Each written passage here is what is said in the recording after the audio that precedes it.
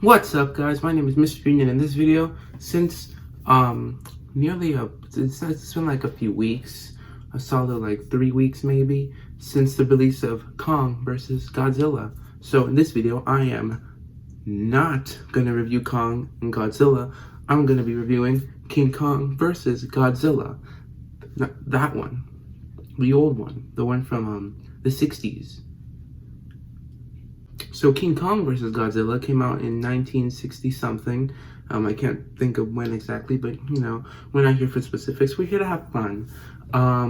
And since the release of Kong vs. Godzilla a few weeks ago, I was gonna post it then, but you know, moving happened, and you know, I wasn't able to record, which was very unfortunate. There was also some issues with my phone to record, but I'm here now. I'm bringing the video now, and you know, if my David Fincher video showed anything, if I'm late to the party, I still get, I mean, it's not like I get views before. I mean, I only have like 40 something subscribers, but you know, YOLO. And you know, I want to talk about the good, talking about the bad, talking about all the things in between. And I got the Blu-ray. Thank you, Best Buy, for the $5 bins when you still had them before this pandemic. And you know, let's just get right into it. Now, I haven't seen Kong vs. Godzilla, the new one, that is, and, you know, I kind of wanted to see it. I didn't see any of the other ones. I didn't see Godzilla, Kong Skull Island. I didn't see Godzilla King of the Monsters. I didn't hear much good things. I don't really have much of a history with this property. Like, I mean, I know of it. Obviously, everyone knows Godzilla and King Kong, but I've never watched it. I've never really cared for it. But, you know, I saw this, and when they announced it, it was going to be coming out like in November, but then it got pushed back a year and some time. So, you know, but I still watched it, and I can't lie, I may have been a bit disappointed. It was not as good as I thought. In fact, this movie is not good. I'm gonna be honest. This movie's not good. It's not very good. I don't have any other to compare it to. I haven't seen any King Kong or Godzilla films. I've seen like a minute or two of like the Gareth Edwards Godzilla. I saw it like on the TV somewhere. I think it was like at a dentist somewhere where I wouldn't be paying attention. But yeah, I may not have much of a frame of reference, so maybe if I compare it to other things, it's actually very good. Or maybe it's just, maybe I need to rewatch it because it's, but I don't think this movie's very good.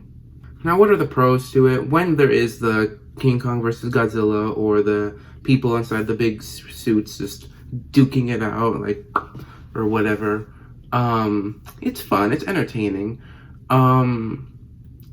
Since this was like the 60s, they don't have like the budget that this new one has, nor the equipment, so don't go in expecting like them to blow up the earth with their superpower whatevers. But I mean, I like the King Kong fighting Godzilla, and I like the opening. The opening was pretty good. However, there is not much here I like, because a majority of the movie is just these characters who I barely remember just doing their quests to do something. And something that just annoys the crap out of me is the fact that this has some of the worst dubbing I've ever seen in my life. And by dubbing, I mean, they could have just put subtitles, because they weren't speaking English. So just put them in subtitles. But, you know, they decided to dub. I am personally against that. But, you know, I would like to read, but, you know, you can't have it all. But the dubbing just really became just very distracting, and just couldn't let me focus.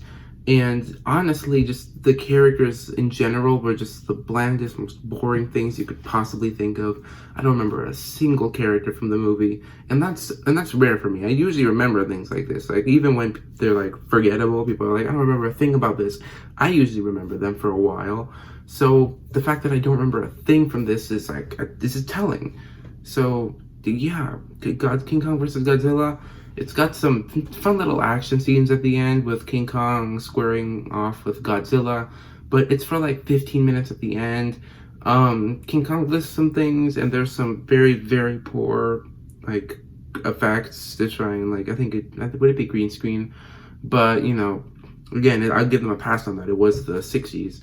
They didn't have CGI like they do today. So King Kong versus Godzilla, it's not very good.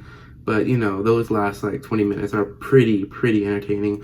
I'm gonna give King Kong versus Godzilla a D+. Now we're gonna talk about this Blu-ray.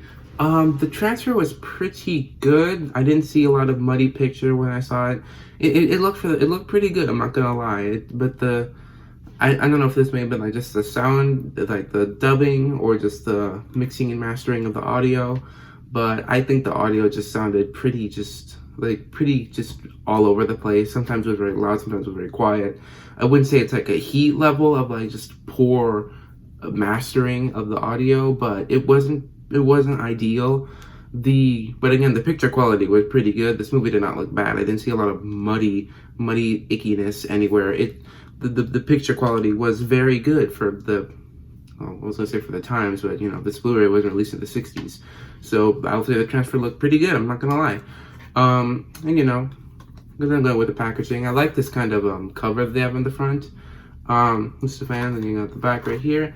And if you open it, you will open it to see the most standard Blu-ray disc that one can find. And I don't know if you can hear that, but some things are like falling over.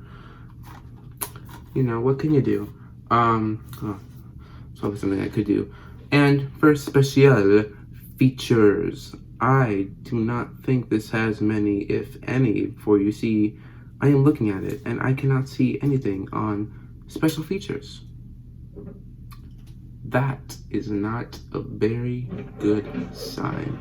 What is happening back there? It's done now.